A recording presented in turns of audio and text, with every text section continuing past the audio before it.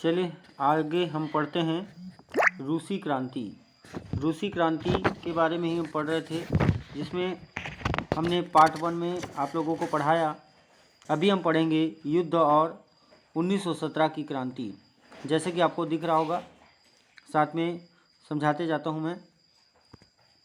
तो दमन चक्र और सीमित सुधार के चलते कुछ वर्ष शांति तो बनी रही। आप सभी जानते हैं, रूस में जब क्रांति हुआ मजदूरों के द्वारा, किसानों के द्वारा, तो वहाँ पे 75,000 लोगों को जेल में बंद कर दिया गया और 10,000 लोगों को गोली मार के हत्या कर दिया गया था। और दमन, इसी को दमन चक्र कहा। और सीमित सुधार, कुछ किसानों के लिए सुधार का कार्यक्रम जार निकोलस के द्वारा किया गया, तो कुछ वर्ष शांति बनी रही। पर 1912 के बाद फिर से मजदूरों की हड़ताल और किसानों का विद्रोह शुरू हुआ। 1912 से फिर से शुरू हो गया। इसी बीच 1914 में प्रथम विश्व युद्ध में रूस सम्मिलित हुआ। इसके तुरंत बाद रूस में भी देशभक्ति की लहर उठी और लोग जार का समर्थन करने लगे। अपने देश के प्रति मर मिटने के लिए जार निकोलस, जो वहाँ का राजा था, उनका समर्थन करने लगे। लेकिन 2 वर्षों के अंदर लगातार हारता रहा और युद्ध की विभीषिका मतलब होता है युद्ध से जो परिणाम आ रहे थे, लोग मारे जा रहे थे, संसाधन की समाप्ति हो रही थी, इसको सहते हुए रूस के सैनिक, मजदूर और किसान थक गए। चारों ओर जमीन, रोटी और शांति के मांग उठने लगी। 23 फरवरी 1917 को रूस में प्रचलित कैलेंडर आधुनिक कैलेंडर के बीच 13 दिनों का अंतर है। यहाँ पर हम देखें, रूस में जो कैलेंडर चलता है वो आधुनिक, हमारे अभी के वो कैलेंडर में 13 दिनों का अंतर था। वास्तव में यह घटना हमारे कैलेंडर के अनुसार 8 मार्च को घटी, जो महिला दिवस पर पेट्रोग्राड, आप याद रखेंगे महिला दिवस कब मनाया जाता है, 8 मार्च को। पेट्रोग्राड राजधानी पीटर्सबर्ग का नया नाम रखा गया। शहर की महिला मजदूरों ने शांति और रोटी की मांग करते हुए एक जुलूस निकाला। जैसे आप देख सकते हैं, ये जुलूस में आप महिला का यहाँ पे एक आंदोलन है, सारे लोग आंदोलन में शामिल हुए हैं जुलूस में। इसके तुरंत बाद पूरे शहर में इन मांगों के लिए समर्थन में मजदूरों व सैनिकों के जुलूस निकलने लगे। सैनिकों ने और मजदूरों ने भी महिलाओं के साथ देने के लिए सामने आए और सैनिकों और पुलिस ने प्रदर्शनकारियों के विरुद्ध कार्रवाई करने के लिए, दबाने के लिए मना कर दिया गया। कार्रवाई करने से, जेल में डालने से, लाठीचार्ज करने से पुलिस और सैनिक लोग मना कर दिए। हर कारखानों में मजदूरों की सभाएं हुई, बैठकें हुई, जिनमें उन्होंने रूस के हालातों पर चर्चा की और अपने प्रतिनिधि चुनकर शहर में मजदूर सभा गठित करने के लिए भेज दिया गया। उन सभाओं को सोवियत, जिसको पंचायत जैसा एक रूसी शब्द, सोवियत का मतलब होता है पंचायत जैसा रूसी शब्द, अर्थात विभिन्न लोगों का जो एक समूह बनता है, जिसमें एक संगठन होता है, सब लोग मिलकर काम करते हैं, उसको बोलते हैं सोवियत कहा जाता है था।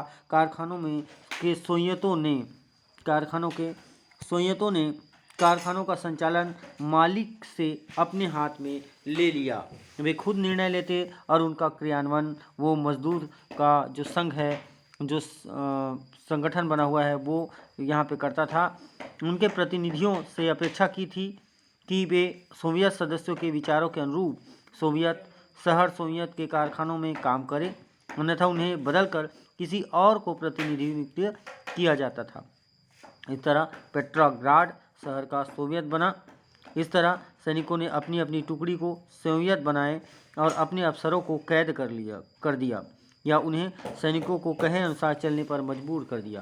गांव में भी किसान भी किसानों की सोवियत या संगठन बनाने लगे और भूस्वामियों के महलों और दुकानों को लूटने लगे। इस प्रकार चंद दिनों में जारशाही की सत्ता समाप्त हो गई और हर जगह लोग खुद की मर्जी से चलने लगे। देखते देखते पूरे देश में 2-4 दिनों में ही पुराने शासन तंत्र का अंत हो गया और लोगों ने अपने अपने तरीकों से सत्ता अपने हाथ में लेने लगे। जार का गद्दी छोड़ना। आप सभी ने देखा कि जार निकोलस के सुधार नीति के बावजूद भी यहाँ पर प्रथम विश्व युद्ध में उसको झोंक दिया गया। इसी के परिणाम स्वरूप सैनिक, मजदूर और किसान वर्ग ने अलग अलग जगह पे अपना सोवियत संगठन बनाकर सरकार का विरोध किया, जार निकोलस का विरोध किया। इसी के चलते हम देखते हैं जार का गद्दी छोड़ना। पेट्राग्राड सोवियत और वहाँ के जन सामान्य के आक्रोश को देखते हुए डूमा जो वहाँ का संसद है ने जार से आग्रह किया, प्रार्थना किया कि वे गद्दी छोड़ दे और डूमा को नया मंत्रिमंडल गठित करने की अनुमति दे। जार की सेना में भी विद्रोह फैल गया, जिसे देखते हुए जार ने 2 मार्च 1917 को वर्तमान कैलेंडर के अनुसार 15 मार्च को गद्दी त्याग दी। इस घटनाक्रम को फरवरी क्रांति के नाम से जाना जाता है। जब जार निकोलस 2 मार्च अर्थात वर्तमान कैलेंडर में 15 मार्च को जार निकोलस ने अपने गद्दी त्याग दिया था, उसी को हम बोलते हैं फरवरी क्रांति। याद रखिएगा, प्रश्न में आता है फरवरी क्रांति कब हुआ, तो यहाँ पे वर्तमान कैलेंडर के अनुसार 15 मार्च से दिया जाएगा और पुराने में अगर 2 मार्च 1917 देता है तो वो भी सही रहेगा। डूमा के मध्यम वर्गीय सदस्यों ने एक मंत्रिमंडल का गठन किया जिसे अस्थायी सरकार कहा गया था। यह अस्थायी इसलिए था क्योंकि सभी चाहते थे कि सार्वभौमिक मताधिकार, सभी व्यक्ति मत डालकर अपने आधार पर चुनी गई संविधान सभा गठित हो जिसके नियमानुसार स्थायी सरकार बनेगी। लेकिन यह अस्थायी सरकार सोवियत पर पूरी तरह निर्भर थी, अर्थात संगठन पर निर्भर थी, क्योंकि सोवियत वास्तव में हर क्षेत्र पर नियंत्रण कर रहे थे। उन दिनों पेट्राग्राड सोवियत का नेतृत्व 3-4 समाजवादी दलों के प्रतिनिधि कर रहे थे। वे यह मानते थे कि इस क्रांति का नेतृत्व मध्यम वर्ग को निभाना है, जिसे देश में लोकतंत्र, भूमि सुधार और शांति लाना है। वे मानते थे कि सोवियतों की हटने से या पुराने शासकों की वापसी को रोकना है। आगे हम देखेंगे लेनिन और अक्टूबर क्रांति। इस बीच यह स्पष्ट हो रहा था कि अस्थायी सरकार युद्ध जारी रखना चाहती है और वह जमीन के वितरण को भी गंभीर नहीं है। जमीन का वितरण जो किसानों को हुआ था उस पर गंभीर नहीं है, न ही कालाबाजारी पर रोक लगा पाई है और न ही सबको रोटी उपलब्ध करा पा रही थी।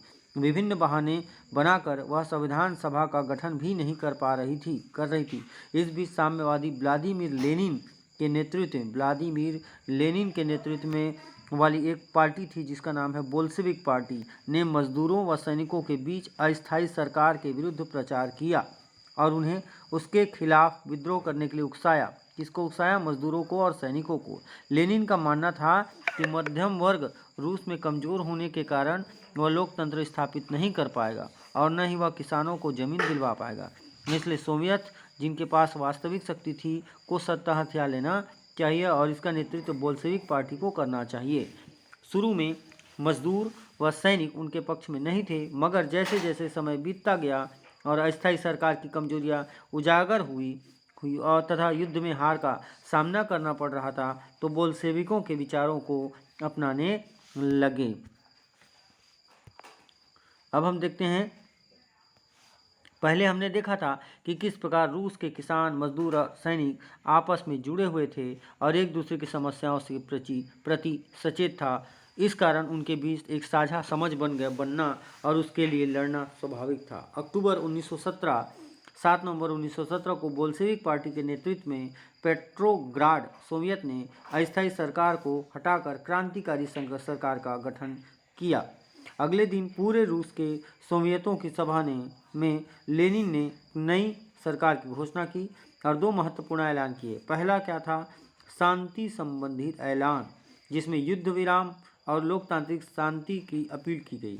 दूसरा है जमीन संबंधी ऐलान, जिसमें भूस्वामियों की जमीन का राष्ट्रीयकरण, पूरे राष्ट्र का जमीन हो जाएगा और किसानों को जमीन का वितरण का निर्णय किया गया। हर गांव के गरीब किसानों की समितियों को वहां के भूस्वामियों की जमीन का आपस में बांटने का अधिकार दिया गया। दूसरी ओर कारखानों में मजदूरों की समितियों को कारखाने का संचालन की भागीदारी दी गई। चंद ही दिनों में हर जगह पुरानी प्रशासन व्यवस्था, नौकरशाह और पुलिस की जगह सोवियतों ने शासन व्यवस्था अपने हाथों में ले ली।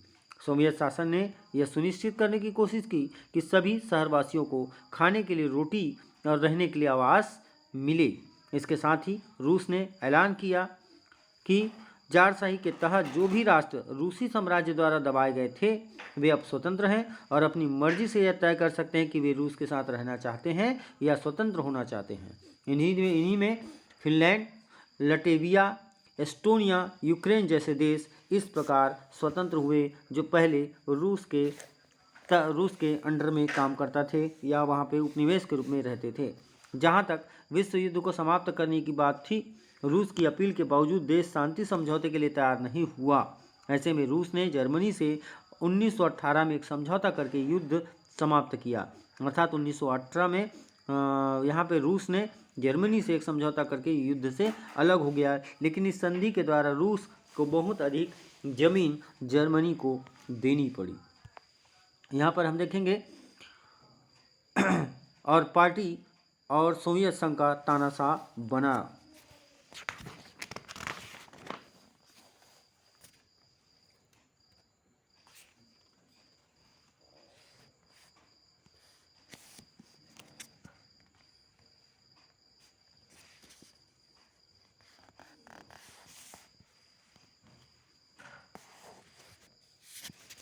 सन 1918 और से 1922 के बीच रूस के पुराने भूस्वामी और सेनापतियों ने कई नई सरकार के विरुद्ध गृह युद्ध छेड़ा और ब्रिटेन, फ्रांस, अमेरिका आदि देशों का भी उन्होंने समर्थन किया।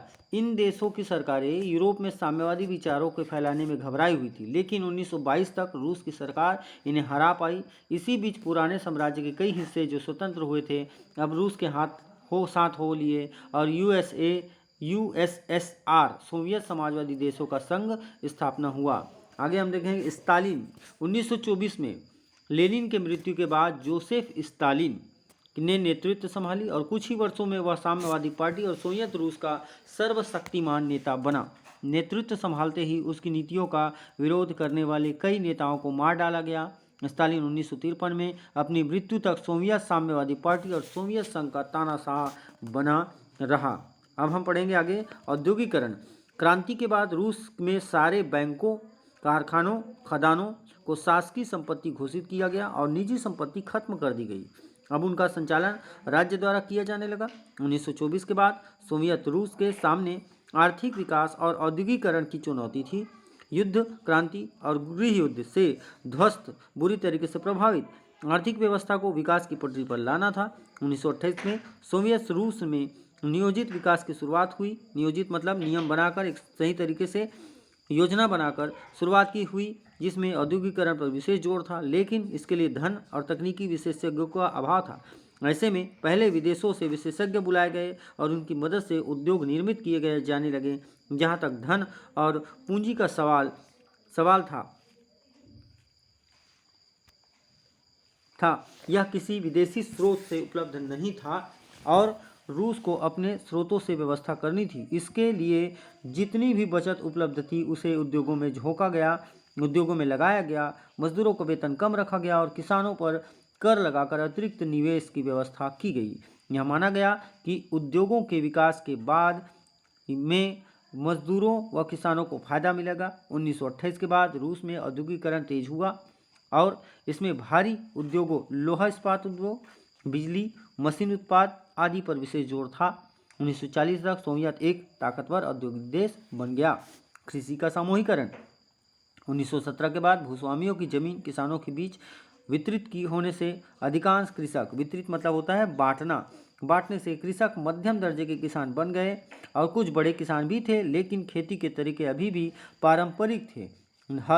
हल से खेती करते थे, पुराने तरीके से करते थे और उत्पादन भी कम था। इस बात को देखते हुए स्टालिन ने कृषि क्षेत्र में भारी बदलाव लाने की पहल की। इसके तहत किसानों से कहा गया कि वे अपने अपने खेतों को मिलाकर विशाल समूह फार्म बनाएं ताकि बड़े पैमाने में खेती की जा सके और खेतों में मशीनों व अन्य आधुनिक तरीकों का उपयोग किया जा सके। अधिकांश छोटे और मध्यम किसान इसके लिए तैयार हुए, मगर ज़्यादातर बड़े किसान और कुछ मध्यम किसानों ने इसका विरोध किया। विरोध करने वालों पर जोर जबरदस्ती की गई और वे लाखों की संख्या में गिरफ्तार किए गए और काला पानी की सजा भेजे गए या मार डाले गए। इस जोर जबरदस्ती के कारण कुछ वर्ष रूस की कृषि संकटग्रस्त रही। फलस्वरूप 1932 से 34 के बीच भीषण अकाल पड़ा।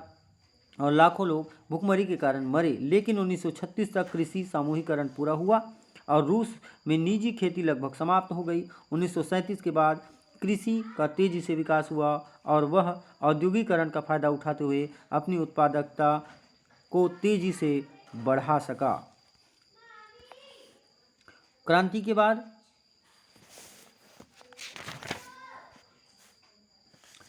बाद सोवियत रूस के विकास को लेकर काफ़ी विवाद रहा और उसके विरोधाभासियों पर कई इतिहासकारों ने ध्यान आकृष्ट किया। एक और पहली बार इतिहास में अभिजात्य भूस्वामियों, पूंजीपतियों, व्यापारियों और शाही दरबारियों के बिना गरीब मजदूरों व किसानों ने एक नए समाज की रचना की। इस समाज में सभी को भोजन, शिक्षा, स्वास्थ्य, आवास आदि जरूरी सुविधाओं की पहुंच समान रूप से बनी। बेरोजगारी लगभग समाप्त हो गई और सबको काम मिला। 1929 से 32 के बीच पूंजीवादी देशों में जो भीषण आर्थिक मंदी आई उसका रूस पर कोई प्रभाव नहीं पड़ा। महिलाओं को समाज में समान अधिकार प्राप्त हुआ। निरक्षरता में, अशिक्षा में भारी कमी आई और सबके लिए समान शिक्षा की व्यवस्था की गई, जिसमें विषयों की पढ़ाई के साथ साथ शारीरिक श्रम द्वारा उत्पादक कार्य पर भी जोर दिया गया। रूस के अधिकांश पड़ोसी देश जो पूंजीवादी थे लगातार इसी प्रयास में रहे कि सफल न हो और रूस के विकास के तरह तरह के बाधाएं डालते रहे। लेकिन इसके बावजूद सोवियत रूस अपने आप को आर्थिक रूप से मजबूत कर सका और 1940 तक एक आधुनिक शक्ति के रूप में उभरा। लेकिन जो राजनीतिक व्यवस्था सोवियत रूस में बनी उसमें बहुदलीय प्रणाली की जगह एक साम्यवादी दल को ही मान्यता प्राप्त थी। इसी कारण लोगों के सामने राजनीतिक विकल्प मौजूद नहीं थे। इसके अलावा वहाँ शासन की आलोचना करने और वैकल्पिक मतलब दूसरे नंबर पे सोच प्रस्तुत करने पर भारी रोक लगी थी और अक्सर शासन की नीतियों का विरोध करने वाले, चाहे वे साम्यवादी दल के क्यों न हो, को देशद्रोह के आरोप में गिरफ्तार किया जाता था और मार डाला जाता था। इस तरह जहां एक और गरीबों की राजनीति में भाग लेने का मौका मिला गरीबों को, तो वहीं उनके पास विकल्प न होने के कारण लोकतंत्र का पूरा विकास नहीं हो पाया। सोवियत क्रांति का पूरे विश्व पर गहरा प्रभाव पड़ा। दूर दराज के देशों में और खासकर उपनिवेशों में स्वतंत्रता और गरीबों के अधिकारों के लिए लड़ने वालों को इससे प्रेरणा मिली और वे भी रूस की राह पर चलने का प्रयास करने लगे। रूस की साम्यवादी पार्टी के नेतृत्व में अंतर्राष्ट्रीय साम्यवादी संगठन बनाया गया और हर देश में उस तरह की पार्टियों का निर्माण हुआ। उनके आंदोलनों के दबाव से हर देश में मजदूरों के कल्याण व किसानों की जमीन का अधिकार देने पर के लिए कानून बनने और ठोस व्यवस्थाएं बनी। उम्मीद है इतना तक आपको समझ आया। अगले पार्ट्स में भीषण आर्थिक मंदी और कल्याणकारी सरकार के बारे में हम लोग चर्चा करेंगे।